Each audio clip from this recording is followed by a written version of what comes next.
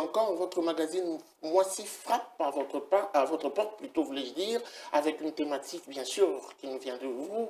Cette thématique que nous renvoie à la femme, puisqu'il s'agit du mois de la femme, mais principalement, aujourd'hui, nous allons parler de cette femme qui s'intéresse aux sciences ou à la science. La thématique principalement nous parle de que faire une question pour avoir plus de femmes dans les sciences et technologies. Pour en parler, nous avons le privilège et l'honneur de recevoir une femme, mais aussi nous avons aujourd'hui notre plateau, il y aura également un homme. Elle s'appelle Raissa Malou, elle est directrice générale de l'ASBL Investing in People. Bienvenue. Très à l'aise pour parler de cette question de la science. En tout cas, pressé de le faire. Aujourd'hui, on doit le dire, elles sont minoritaires, ces femmes qui acceptent quand même de se retrouver sur un plateau pour parler de la science. Vous avez voulu répondre à notre invitation, nous vous disons merci. Face à elles, je ne parle pas du débat, je parle plutôt d'un plateau qui sera peut-être complémentaire, mais pourquoi pas, s'il y a des choses à débattre, on le fera. Nous avons M. Dondi Matata, qui est cofondateur du Think Tank, vous allez le prononcer peut-être mieux, Ishango, bienvenue. Merci, bienvenue. À moins que j'ai massacré. Non, Ishango, c'est un think tank, on va dire. Vous êtes donc quoi, c'est un laboratoire de pensée qui fait plus ou moins la promotion d'une économie de la connaissance. Ce qu'on fait, c'est la manipulation des énoncés, la discussion des idées, la production de et donc, en gros, et bref, vous êtes dans la science et dans la recherche. On peut dire ça. Voilà, Madame Marissa, on va commencer avec vous. Aujourd'hui, on doit le dire, certaines statistiques font quand même état qu'il y a une faible participation de ces femmes aux sciences. J'ai pu relever en 2019 qu'il n'y a eu que 287 femmes scientifiques, avec une répartition 51 dans les sciences, 25 dans la technologie, 21 femmes ingénieures et 4% seulement de femmes mathématiciennes. Il y a un problème. Qu'est-ce qui justifie cette situation? Le problème est complexe. Et il faut voir sur différents niveaux. Vous avez déjà simplement la famille, qui joue un rôle essentiel. Il faut que l'on ait des champions et des championnes dans le milieu familial qui poussent les filles à aller, ou du moins qui les soutiennent lorsqu'elles font le choix d'aller dans des carrières, dans des études et des carrières scientifiques. Vous avez la société et ses pesanteurs culturelles qui a tendance à placer les femmes dans un certain rôle et de ne pas penser qu'elles pourraient aller dans les domaines scientifiques. Et pourquoi? Parce qu'il faut plus de modèles, donc il faut plus de femmes dans les sciences qui sont mises en avant. Alors évidemment, il y a les modèles internationaux comme Marie Curie, si vous voulez, mais pour une jeune fille au Congo, Marie Curie, c'est bien sympathique, mais pour elle, elle a besoin d'avoir un visage qui lui ressemble. Et c'est là toute l'importance de mettre en avant le plus de femmes congolaises en avant qui vont dans les domaines scientifiques pour pousser qu'il y ait plus de femmes qui aillent. Et donc, selon vous, il faudrait d'abord qu'il y ait des modèles. C'est une question de modèle qui manque, ou c'est une question de booster la femme déjà au niveau de la base? Comme je vous dis, il faut pas, vous voulez identifier qu'un seul problème. Le problème n'est pas aussi simple que c'est celui-là. C'est vraiment une combinaison. La réforme de l'enseignement des sciences et des mathématiques est importante, de manière à mettre l'accent sur des activités pour lesquelles les filles se sentent plus à l'aise. Il faut démasculiniser ces milieux, parce qu'il y a des filles, le fait qu'elles voient beaucoup de garçons, se disent je ne vais pas y aller parce que c'est un milieu d'hommes, elles ne sont pas à l'aise. Donc on doit pousser les filles et un maximum. Il faut des rôles modèles, parce que justement, elles peuvent se dire si Sandrine Galula peut le faire, c'est que moi je peux le faire aussi. Il faut ça. Et il faut des politiques. Et il faut du financement. Il faut qu'il y ait des bourses qui soient mises à la recherche et spécifiquement pour les femmes, pour les pousser à aller dans ces domaines-là. Par rapport à ces statistiques que je viens de citer tout à l'heure, est-ce qu'il y a quand même une avancée? Est-ce qu'il y a quand même évolution? Mais donc, vos statistiques sont déjà nationales, j'imagine, au niveau de la RDC. Alors, ce qu'il y a, c'est qu'il faudrait voir tout le travail qui a été fait, parce qu'entre il y a 8 ans et maintenant, il y a tout un travail qui est réalisé. Mais ce que l'on voit, c'est que ce qui accélère le nombre d'inscriptions de filles dans les filières, c'est notamment un système de financement, de bourses et d'encadrement spécifique pour ces filles, et ça a un effet boostant. Maintenant, dans le monde, si vous voyez le prochain rapport de l'UNESCO qui va sortir sur les sciences, il faut quand même savoir qu'il y a à peu près 45% des étudiantes en sciences qui sont des femmes, pour le niveau licence, 55% au niveau master et quand même 44% au niveau doctorat. Le seul problème, c'est qu'elles ne sont plus que 33% de chercheurs. Donc il y a vraiment un souci comme un plafond de verre qu'il faut briser et il faut absolument mettre en place des structures, en tout cas un encadrement pour que les femmes restent dans ces filières. Dans ces Très bien carrières. dit, Monsieur Pluto, donc dit, Matata, votre façon de voir les choses, qu'est-ce qui justifierait selon vous cette réticence, ce manque de volonté d'oser de ces femmes dans les sciences? Je pense que globalement, je m'aligne plutôt sur ce que le professeur Elsa Malou a évoqué comme raison. Je pense que c'est assez exhaustif, mais peut-être ajouter un élément on va dire, qui relève de la superstructure. C'est aussi un problème structurel. Et en cela, le problème n'est ni masculin ni féminin, parce que les sciences, c'est aussi une question d'incitation. Hein. Tout est incitation. Quelle est la motivation première aujourd'hui pour un homme ou pour une femme de s'inscrire dans une filière scientifique et de continuer jusqu'à la recherche? Il faut qu'il y ait quand même des opportunités, il faut qu'il y ait des incitations au niveau, on va dire, au niveau macroéconomique pour pousser à rejoindre ces filières-là. Mais d'un point de vue général, je pense que le diagnostic qui a été posé par Mme Raissa Malou est tout à Est-ce fait qu'on peut pertinent. dire aujourd'hui que l'éducation, le système éducatif congolais est considéré comme une des contraintes qui offusquerait cette bonne volonté aux femmes d'oser avec les sciences? Ça peut se dire ainsi. Bon, notre système éducatif a un problème profond. Hein, et ce problème-là, encore une fois, c'est un problème qui n'a pas de genre. Ce n'est pas un problème forcément masculin ou féminin. Mais effectivement, au-delà du système éducatif, je crois qu'il y a des pesanteurs sociales qui font que les femmes sont caricaturées dans certains rôles et que c'est plutôt mal vu ou malvenu pour une femme de faire maths physique, par exemple. Je parle de mon expérience personnelle où j'étais à l'école, j'ai fait maths physique moi personnellement. Et globalement, l'idée était admise que ce n'était pas une section qui était faite pour les femmes parce que ça demandait un peu de réflexion, il fallait être bien en mathématiques. Et ce genre de pesanteur, finalement, on finit par les admettre, on finit par les accepter, et c'est ça qui crée, ça crée finalement des archétypes qui sont admis socialement. Mais quitte à dire que c'est une question du système éducatif, non, je pense que c'est plutôt des structures sociales, une question profondément sociologique plutôt que du système éducatif qui, on va dire, les problèmes qu'on peut relever au niveau de notre système éducatif touchent aussi bien les hommes que les femmes. Alors, est-ce que cette femme aujourd'hui, Madame Raissa, se sent un tout petit peu encouragée dans sa bonne volonté de vouloir y aller avec les sciences par l'homme? Je voudrais réagir d'abord à la question que vous avez posée à M. Matata sur le système éducatif. Si vous faites attention, par exemple, pensez quand vous étiez à l'école secondaire ou même aujourd'hui quand vous allez, il y a très peu de femmes enseignantes au niveau de l'enseignement secondaire. Ça, c'est quelque chose sur lequel nous devons absolument agir. Parce que qu'est-ce que disent les filles quand elles viennent? Elles disent, tous les enseignants de sciences, de maths, etc., ce sont des hommes. Bon, c'est qu'il n'y a que les hommes qui vont là. Et c'est là que l'on doit agir, notamment. On revient à la question du modèle. Il faut qu'il y ait plus de femmes qui soient enseignantes au niveau du secondaire et dans ces disciplines-là. L'autre problème, et là c'est vraiment par rapport aux filles en général, vous savez que s'il y a très peu de filles ou les parents retirent les filles de l'école, par exemple, c'est parce qu'il n'y a simplement pas de toilettes pour les filles, ou du moins dans un état convenable. Ça a l'air bête comme ça, mais ça a un impact certain. Et quittons Kinshasa, allons dans le milieu rural, il y a aussi le danger. Pour les filles, de devoir quitter l'école pour aller jusqu'à l'école, de quitter la maison pour aller à l'école, le trajet est dangereux. Donc, vous voyez, le problème est vraiment profond social. Il faut agir pour que l'on ait plus de filles et qu'on maintienne les filles. Surtout avec Covid-19, ça a eu un impact mais désastreux sur l'éducation des filles et désastreux pour les femmes parce qu'en confinement, par exemple, les femmes chercheurs, elles, le poids de s'occuper de la famille et de toutes ces tâches ménagères non rémunérées continue à reposer sur elles.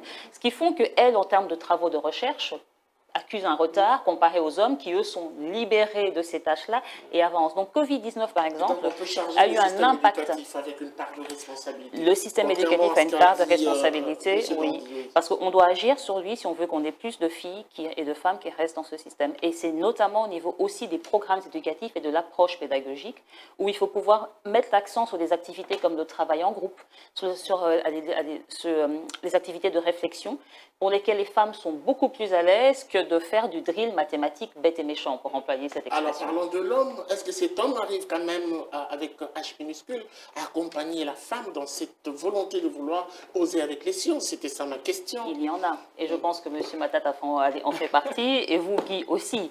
Et c'est important. C'est pour ça que je disais qu'on a besoin des champions et de championnes, parce que, faut pas oublier, il y a des femmes qui empêchent les femmes et les filles à aller dans ces filières aussi. Donc on a besoin de champions et de championnes qui soutiennent les filles, les femmes qui décident de se lancer dans des études, des carrières scientifiques. Alors vous êtes quand même une femme partagée dans les sciences, bien sûr, partagez avec nous votre expérience. Quelles ont été les plus grandes contraintes, puisqu'il y en a des celles qui vous suivent en ce moment-ci, qui aimeraient bien aussi devenir comme vous. Vous avez parlé de modèles, vous en êtes un, et il faudrait quand même que vous puissiez aussi tendre la main à ceux qui sont intéressés. Quelles ont été ces grandes contraintes face auxquelles vous étiez butés?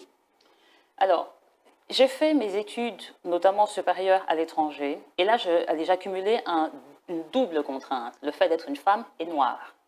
Ce qui fait que là, par contre, on subit un certain nombre de préjugés, de limitations, de fait de sa couleur et de son genre ou de son sexe. Et donc, ça fait partie. Alors évidemment, c'est pas méchant, c'est pas flagrant, mais on le sent quand même. Il y a certaines opportunités qui vous sont retirées et dirigées vers d'autres plutôt que vers vous.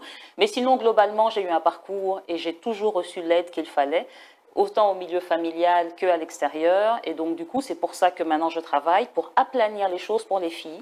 Et c'est pour ça qu'on a lancé cette base de données des femmes dans les STEM, donc sciences, technologies, ingénierie et mathématiques, et que l'on a offert des bourses pour ces femmes, avec notamment le Sultani Makutano de Madame Certaines personnes peuvent dire, certaines femmes, que ça réussit avec elle, puisqu'elle a commencé par l'étranger.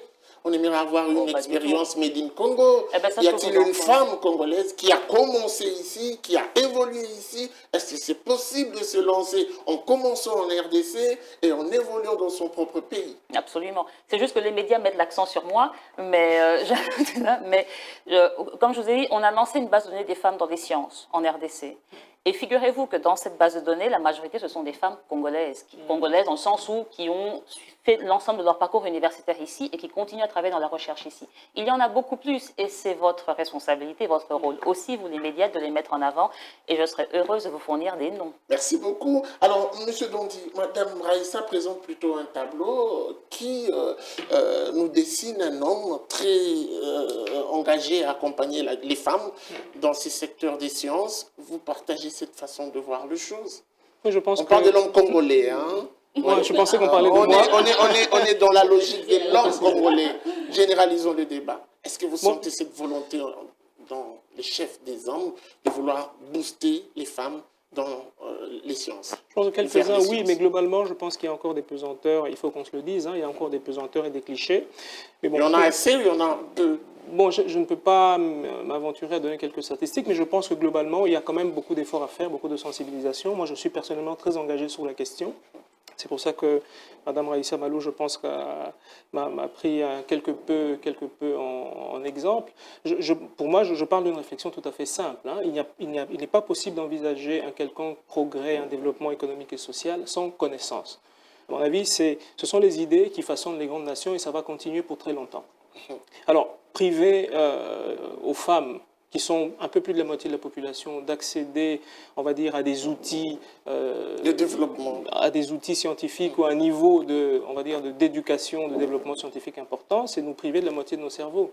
Ça veut dire qu'on part volontairement, on va dire, sur un handicap. On se prive de la moitié des cerveaux pensants qui auraient pu nous produire des scientifiques de haut calibre. Justement, avec le budget actuellement alloué à la recherche scientifique dans notre pays, pensez-vous que c'est encore intéressant d'envoyer les femmes faire les sciences? Ça, c'est vraiment un gros problème. Je pense que quand vous parlez de budget scientifique, du budget alloué à la science en RDC, vous êtes gentil.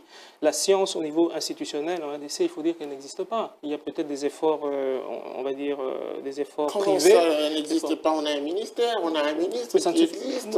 On a su voir même des dédicaces des différents ministres dans le magazine recherche scientifique, le magazine de la recherche scientifique. Il y a tout un cocktail des ministres qui se sont succédés succédé, donc il y a quand même quelque chose qui s'est fait. Pourquoi ne pas le reconnaître? Moi, je pense, enfin, le fait d'avoir un ministre dans un gouvernement qui porte une étiquette ministre de la recherche scientifique ne veut strictement rien dire. Moi, quand je parle de recherche scientifique, excusez-moi, je me mets à un certain diapason. Je me mets à un certain niveau de ce qui peut se faire à Harvard, ce qui peut se faire en Chine, ce qui peut se faire en Italie. Et à ce niveau-là, je pense qu'on a très peu investi des moyens, on a très peu investi de temps, on a très peu investi d'efforts dans le développement de la recherche scientifique. Je pense que c'est aussi parce qu'on n'a pas suffisamment mesuré l'incidence ou l'impact de la recherche scientifique sur le progrès. Et donc ça ne sert à rien d'envoyer les femmes faire la recherche du moment où le gouvernement ne prend pas conscience de cette réalité. Non, dire que ça ne sert à rien, c'est créer un problème doublement. Parce que moi, je suis convaincu que la recherche scientifique, la connaissance est la richesse même. C'est la première des richesses.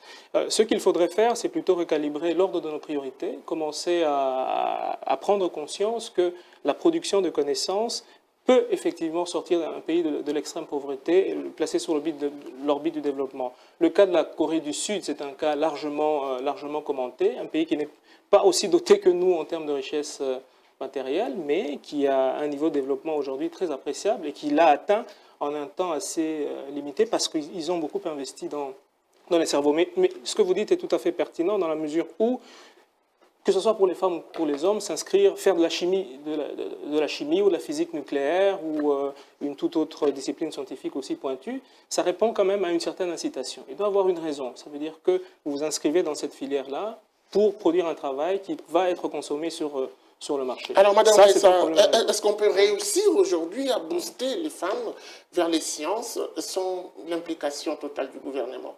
Non. On a besoin de l'implication du gouvernement et du secteur privé. Je voudrais rappeler ça parce qu'il ne faut pas oublier les responsabilités de tous. La recherche scientifique doit être financée par le gouvernement parce que, par exemple, la recherche en mathématiques n'a pas forcément une application directe et on a besoin de recherche fondamentale. Mais, absolument. Mais il faut de la recherche appliquée. La recherche appliquée est financée par le secteur privé. C'est ici, en fait, et nous devons commencer à faire un plaidoyer vers le secteur privé pour leur dire qu'au lieu de outsourcer, donc d'envoyer à l'extérieur tous vos travaux de recherche, enfin, vous devez utiliser les compétences locales parce qu'elles existent et qu'ils sont là. Parce que si vous ne le faites pas, qu'est-ce qui va se passer? Nous, on pousse les filles et les garçons à aller dans les filières et eux vont partir ailleurs. Et c'est eux qui alimentent les États-Unis, le Japon, l'Italie ou la Corée. Ce sont justement les Africains et en particulier les Congolais et les Congolaises. Et c'est pour ça que l'on doit absolument travailler tous ensemble. Comment faire pour verrouiller, justement, puisque vous le dites avec vos mots, l'avantage de ces sciences profite à d'autres pays. Ils sont obligés de se déplacer, d'aller ailleurs. Comment faire pour verrouiller, à votre avis? Alors, on constate que tous nos chercheurs, par exemple, ou tous nos brillants chercheurs et chercheuses qui sont formés à l'extérieur, lorsqu'ils veulent revenir ici, il y a ce problème de financement, justement, de nos centres de recherche et de nos universités. D'où, première chose, augmenter le budget de la recherche scientifique à au moins 1% du PIB, ne fût-ce que pour prendre cette règle de base qui est demandée pour tous les pays, enfin tous les États de l'Afrique et certainement pour nous. De l'autre, lorsque l'on nomme les professeurs à l'université, même pas, ou les personnes dans le centre de recherche, il y a tout un choix vers on préfère les hommes plutôt que les femmes, ou on préfère d'une telle tribu ou d'une telle région plutôt qu'une autre. Et donc, ça, finalement, on bloque le système, parce qu'au lieu de mettre la personne qu'il faut, on met les personnes que l'on aime. Ça se justifie pas par ce désintéressement de ces femmes, justement, quand il y a non, pas du tout. Ces différentes nominations dont vous parlez. Les femmes ne sont pas désintéressées, mais il y a parfois des combats que l'on veut... Mais oui, parce qu'elles se disent, les filles, c'est pour ça, forcément, mais il y en a qui sont hyper courageuses et qui restent là malgré, je vous assure, des violences qui sont faites contre elles, que ce soit des violences verbales, des injustices. Il ne faut pas croire. Les femmes qui sont à l'université aujourd'hui, mais sont hyper courageuses, parce que ce qu'elles subissent de la part de leurs collègues, des professeurs ou d'autres, est absolument scandaleux. Donc il faut absolument soutenir et encourager ces femmes. De quelle nature, il faut le dire. Oui, non, mais je veux dire, simplement, ça peut être une remarque misogyne, sexiste, et là on est encore gentil, ou justement, je te mets à l'écart et je préfère prendre un autre, ou je demande des choses que je ne devrais pas demander, et elles subissent cela. Et ça fait partie des choses que la société doit absolument dire, ça suffit, on arrête, on punit, on recadre, et on fait en sorte que les personnes puissent s'épanouir complètement dans leur métier. Hommes et femmes, je veux dire, je crois que ce soit les deux parties ont subi quand même un certain nombre d'injustices sur lesquelles il faut absolument faire travailler, dénoncer, et faire en sorte que l'État joue son rôle.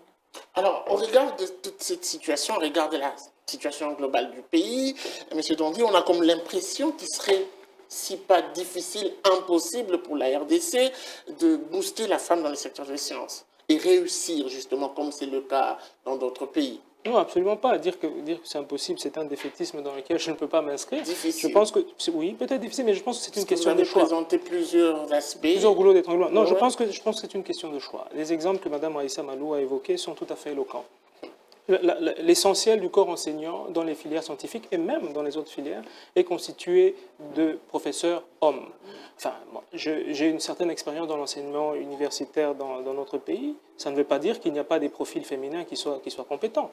Moi, je connais dans l'économie où j'évolue des profils féminins avec qui je travaille, des collègues qui sont extrêmement brillantes. Il y a des enseignantes femmes qui n'ont pas d'égal, qui n'ont pas de rival. Mais seulement, les structures sociales que nous avons bâties font qu'il y a de la misogynie, il faut l'admettre. Ce sont des décisions qui doivent être prises. Je pense qu'au niveau de l'encadrement du pouvoir public, parce que qui nomme les professeurs, par exemple, ce sont des autorités qui les nomment. À partir de ce moment-là, je pense qu'il y a la possibilité de créer des conditions qui favorisent un accès plutôt équitable. Sinon, c'est un gaspillage de cerveau, tout simplement. Il faudrait voir la question de cette manière. À partir du moment où on est d'accord qu'on a besoin d'un peu plus de cerveaux bien formés dans les sciences pour stimuler l'activité économique et contribuer au progrès économique et social en apportant des points de PIB, à partir de ce moment-là, ça devient tout à fait ridicule de se priver de la moitié des cerveaux disponibles. Et puisque le gouvernement ne prend pas conscience de cette réalité, en vous entendant parler, faudrait-il que ces femmes se retournent vers le privé, carrément, et faire avec, tourner le dos au gouvernement congolais?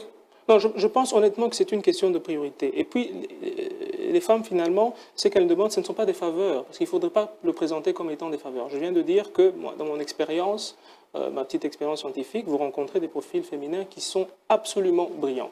Tout ce que demandent ces profils-là, tout ce que demandent ces femmes-là, c'est d'être traitées exactement comme leurs collègues. Avoir un financement, oui, être encadré. S'il y a un poste d'assistant, à compétences égales, considérant que les femmes sont un peu, on va dire, numériquement en retard. Justement, face à cette barrière que vous présentez, qu'est-ce qu'il faudrait faire? Se retourner vers le privé pour dire, écoutez, nous sommes dispos, nous avons le profil là, nous avons la présentation qu'il faut, venez vers nous, puisque notre gouvernement nous tourne le dos. C'est ce qui doit être fait. Bon, en fait, je pense que l'État a une responsabilité tout à fait importante, il ne faut pas la nier, parce que c'est l'État qui fixe les politiques publiques. C'est l'État qui calibre les politiques publiques qui vont déterminer les rapports sociaux dans chacune des institutions. Il ne faudrait pas dédouaner l'État de son rôle quand même de régulateur. Le privé, oui, mais les opportunités dont il est question ici, c'est des opportunités aussi dans le secteur public, dans la recherche, à l'université ou ailleurs. Je pense que c'est beaucoup plus facile, je dis sous le contrôle, je pense sous le contrôle de Mme Raissa Malou, c'est beaucoup plus facile, on va dire, d'initier des changements dans le secteur public parce que là, c'est le profit qu'on cherche, on recherche le profit. Si vous êtes bien, vous pouvez apporter du profit à la société, on vous garde. Mais au niveau de l'État, c'est un peu plus compliqué. Je pense que là, il ne faudrait pas dédouaner l'État de sa responsabilité d'assurer une égalité des chances quand même. Madame Raissa, peut-être qu'il ne veut pas complètement le dire, je vais revenir à vous. Est-ce que vous vous sentez accompagnée par l'État congolais, vous les femmes dans la science? Non, on ne peut pas le dire comme ça. Parce qu'encore, je vous dis, l'État congolais, il doit accompagner la recherche scientifique déjà. Et c'est là qu'il y a le déficit. Et c'est sur lequel nous devons travailler. Et il doit accompagner en particulier les femmes dans les sciences aussi. Donc c'est pour ça que je veux, c'est clair, on est dans le mois de mars et le but de notre émission, c'est de nous focaliser. La recherche peut attendre, mais les femmes qui ont manifesté un peu, je dirais, plus d'intérêt dans ces domaines, allons-y avec. C'est une façon de voir les choses. Non, pas du tout. D'abord, la recherche ne peut pas attendre. Je pense que la RDC a tort de penser qu'on va s'occuper de la recherche quand on ira bien. Non, c'est quand on s'occupera de la recherche qu'on ira bien. Donc, il faut d'abord s'occuper de la recherche scientifique, mettre suffisamment de financement et pousser les filles à rester là. Parce que je vais reprendre pour ça la phrase de la Fondation L'Oréal et l'UNESCO. La RDC a besoin des sciences, Et la science a besoin des On femmes. peut s'occuper de la recherche, mais marginaliser les femmes qui sont On ne dans la peut pas, recherche. on ne doit pas. Alors, Parce que, et je pense que M. Matata le dit bien, si vous marginalisez les femmes de la recherche, ça veut dire que vous vous privez de la moitié des cerveaux qui sont à votre disposition. Ça veut dire que jamais vos équipes ne peuvent être performantes. Donc il faut, au niveau de l'État, de s'occuper de la recherche scientifique et de faire en sorte qu'il y ait un maximum de femmes qui restent dans ces filières, leur donner les moyens de le faire. Madame Raïssa Malo, vous avez les statistiques, vous avez le noyau qui constitue toutes ces femmes de la recherche. Est-ce qu'il y a quand même une volonté du gouvernement de pouvoir vous soutenir? Parlons de vous, les femmes. Il n'y a pas de politique claire pour soutenir les femmes dans les sciences. Il n'y a pas de politique actuellement définie à ce niveau-là. Donc ça fait partie des choses qui devraient être faites. Qu'est-ce qui doit être fait? Ce que Mme Raïssa dit est très C'est pertinent. déplorable. Avant de soutenir les femmes, ou avant de poser un débat, on va dire un débat profond sur cette question de la présence des femmes dans les filières scientifiques, il faut déjà se poser la question du sort de la science elle-même, du sort de la recherche elle-même. Parce que si la recherche continue, on va dire, à être le parent pauvre du budget, mais aussi des politiques publiques, naturellement, que ce soit les hommes ou les femmes qui œuvrent dans ces filières, il y a une désincitation et on va dire il y a un découragement. Le premier point, c'est déjà, il faut qu'on soit d'accord du rôle de la science, du rôle de la recherche dans l'atteinte de nos objectifs. On est naturellement, le pays ambitionne d'être une puissance au niveau continental, le pays ambitionne d'atteindre l'émergence, le progrès économique et social. Mais l'équation fondamentale, c'est qu'on ne peut pas atteindre ça si on ne met pas suffisamment de moyens dans la production de connaissances. C'est juste impossible. Est-ce que la science ou la recherche offre les mêmes opportunités aux femmes qu'aux hommes? C'est aussi une question importante. Alors là je pense que c'est une question fondamentale. Ouais. À mon avis, non. Pour des raisons multiples. On a pris l'exemple ici des professeurs d'université, on a pris l'exemple des chercheurs. Je pense que les femmes, quand on regarde les statistiques, elles décrochent un peu plus tôt. Pour des raisons multiples, pour des raisons sociales. Ça, c'est l'homme, ça, c'est pas la science. Quand on parle des professeurs d'université, c'est l'homme qui n'aimerait pas voir la femme peut-être l'égaler demain. Moi, je parle de la science, je parle de la recherche dans ce pays. Bon, parce qu'il y a une place importante pour la femme. J'espère avoir compris votre question. Déjà, au niveau biologique, il n'y a aucune distinction entre l'homme et la femme quant aux capacités d'accumuler des connaissances ou d'en produire.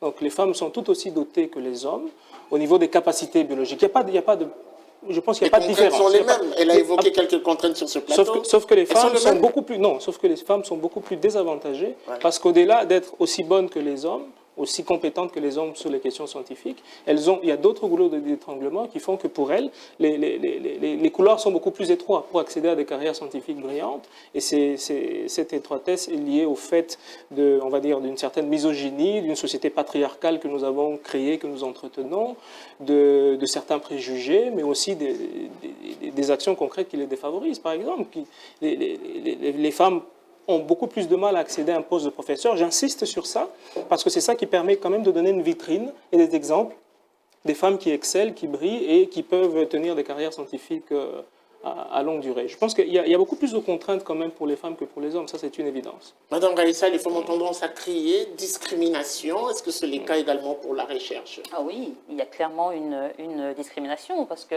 M. Matata vient encore de le rappeler, parce que quand il faut finalement choisir sur base du CV simplement, eh ben, apparemment il y a tendance à mettre à l'écart les femmes et plutôt à choisir les hommes. Et d'ailleurs, je voudrais insister ici, vous savez, on est maintenant dans la 4e révolution industrielle et on va énormément manipuler et finalement décider à partir d'intelligence artificielle. Pourquoi est-ce que l'on veut qu'on ait un maximum de femmes qui se lancent dans l'informatique? C'est parce que si vous ne laissez que les hommes développer ces algorithmes, il y a les billets. Voilà.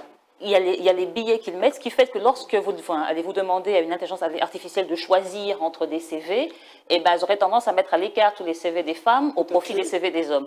Et donc c'est pour ça qu'il faut que l'on ait plus de femmes qui aillent dans ces disciplines et dans des niveaux élevés de décision, à tous les échelons, du soldat jusqu'au général. Il faut absolument qu'il y ait à tous les échelons, que pour s'assurer que l'on ait un lieu qui soit fair, en tout cas qui soit juste à l'égard des des deux sexes. Parce qu'autrement, on va maintenir l'écart. Et je vous assure, ce n'est pas une question de faveur. Et M. Matata l'a bien rappelé. En faisant ça, on maintient notre pays dans l'état déplorable dans lequel il est. On a absolument besoin d'utiliser l'intelligence féminine présente si on veut avancer. C'est capital. Autrement, dans 60 ans, on a encore le même discours. Et alors, qu'est-ce qui est fait en termes de solutions pérennes pour conserver ces noyaux des femmes de science? Ici, on en parle peut-être à Kinshasa, mais à l'intérieur du pays, elles sont, j'ose croire, elles sont encore rares. Et qu'est-ce qui est fait déjà à votre niveau, parce que vous avez la chance de sortir en avant-plan, pour justement essayer de mettre en musique toutes ces intelligences féminines, afin que demain, on parle d'une réussite de la recherche scientifique féminine? Écoutez, à notre niveau, comme je vous ai dit, on a déjà lancé cette base de données des femmes dans les sciences en RDC, de manière à les fédérer. C'est important, parce que vous ne savez pas prendre de décision si vous n'avez pas de statistiques et si vous n'avez pas identifié les personnes. Donc ça doit commencer par ça. D'ailleurs, le ministère de la Recherche scientifique, on sait ce qu'il fait, mais il devrait faire ça, c'est avoir des statistiques genrées.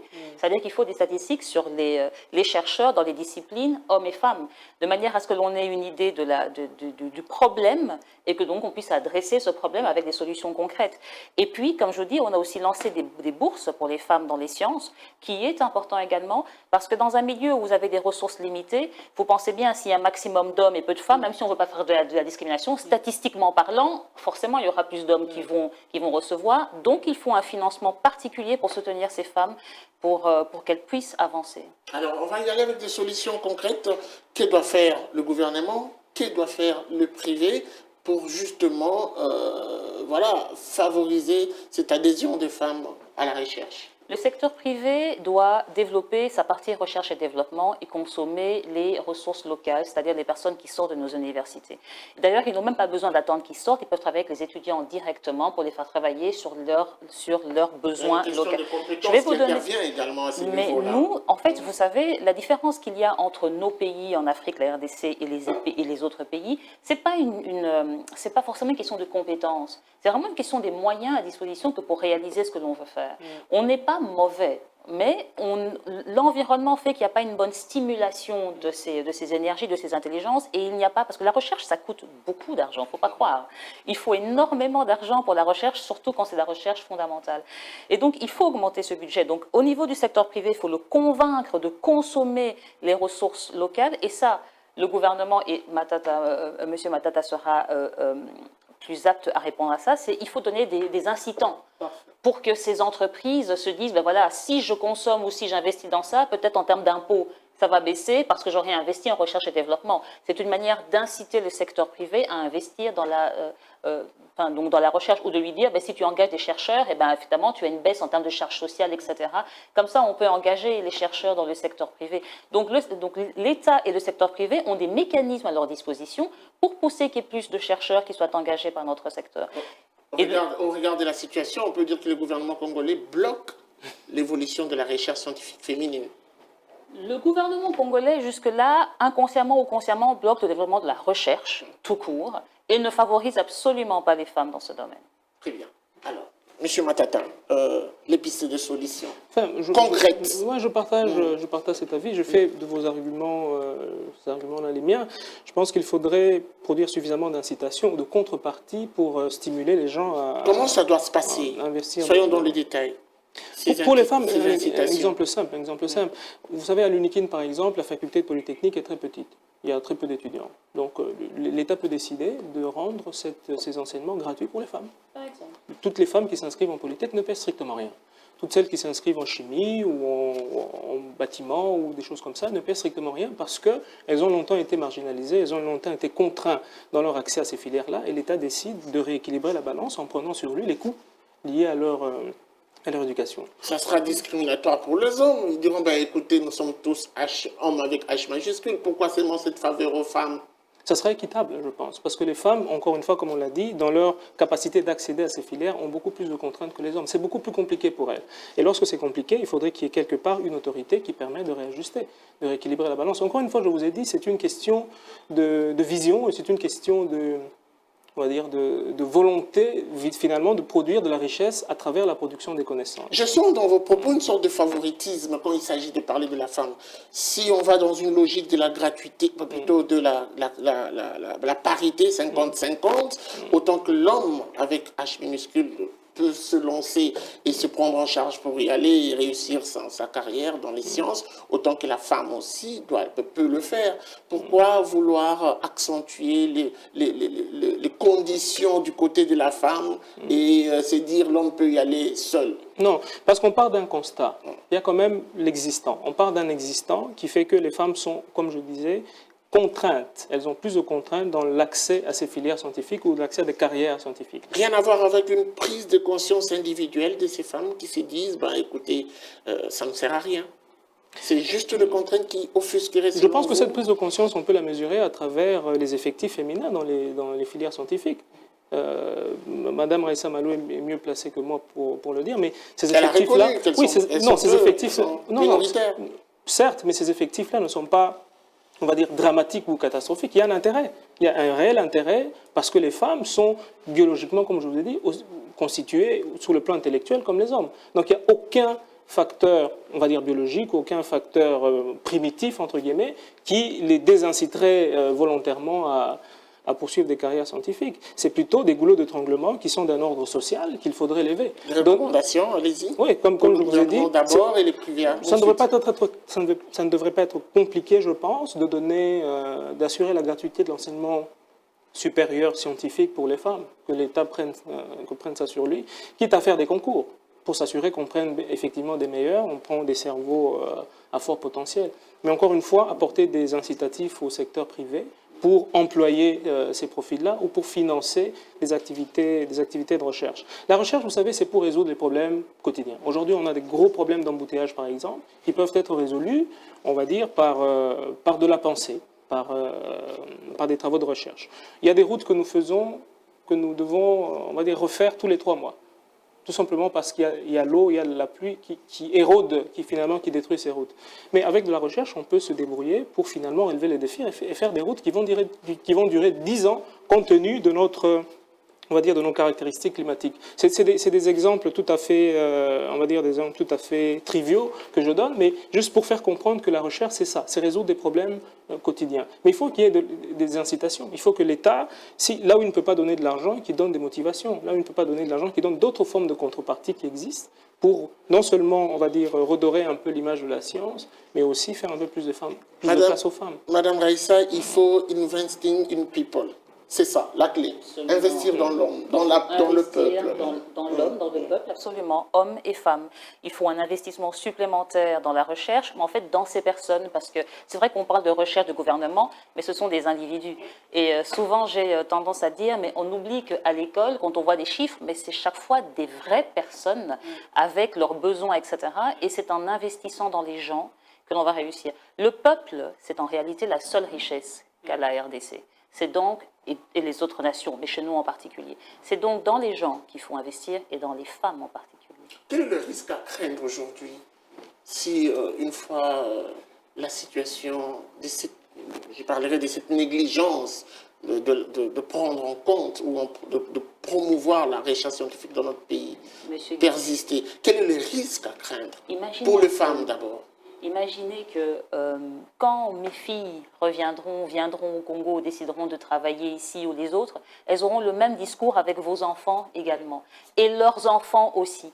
Ce qui va se passer, si on continue comme ça, c'est que la RDC, pendant les 60 prochaines années, pourrait même être pire que ce qu'elle est aujourd'hui. C'est même pas être comme elle est, parce que là, à la limite, on sera encore content. Ça pourrait être pire. Oui, absolument, parce que la recherche scientifique, en fait, en réalité, devrait être un ministère, non pas, si on parle en termes de ministère, non pas un ministère à part, mais c'est en réalité le ministère qui est à la base de l'ensemble des ministères. En fait, la défense, l'économie, etc., devraient travailler en étroite collaboration avec la recherche scientifique, parce que c'est avec eux que l'on développe les solutions, que l'on met en place ce qu'il faut pour le développement. Donc, vraiment, négliger la recherche scientifique, c'est se suicider. Enfin, il n'y a pas un autre terme. Et négliger les femmes, mais c'est se suicider doublement. Donc il faut absolument investir dans la recherche et absolument investir dans les femmes. Autrement, dans 50 ans, 60 ans, vous avez vu comment le monde évolue, on est mal barré, excusez-moi l'expression. Il y a des professeurs d'université qui proposent même que l'on fusionne le ministère de la Recherche scientifique à celui de l'EPST. On y rajoute également le ministère de l'enseignement supérieur, puisqu'il n'y a pas trop de travail à faire. votre réaction? Non, je pense qu'il y a énormément de travail à faire. Le ministère On peut la recherche scientifique, c'est non. le mettre ensemble.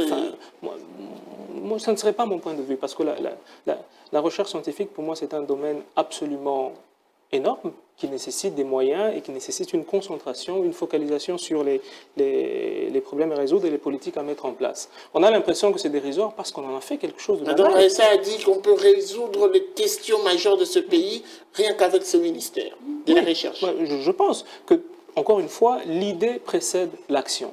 Le paradigme technoscientifique que nous vivons aujourd'hui fait de l'immatériel, fait de la connaissance le socle de tout développement. Ça veut dire que dans les décennies qui viennent, c'est fondamentalement la connaissance qui va modeler ou qui va façonner les structures sociales. Et la connaissance, elle est produite par des hommes, hommes avec grand H.